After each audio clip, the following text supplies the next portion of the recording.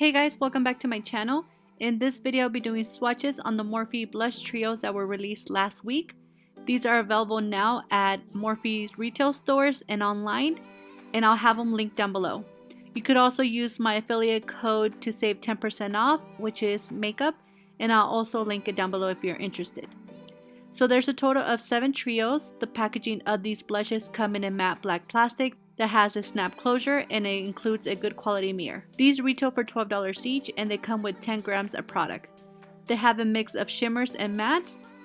When I got to play around with the formula, I didn't experience them being chalky nor powdery. Some of the shades are less pigmented than others, but they are buildable. I personally like to build up my blush instead of having to clean off the brush because the blush is too pigmented, and I'm sure a lot of you guys can agree with me. When I was done editing the video, I realized that I was missing the clip that showed Pop of Coral, which is the last shade I swatched. So I hope you guys find this video helpful. Let me know your thoughts, and I'll see you guys very soon on my next video. Thank you guys so much for watching.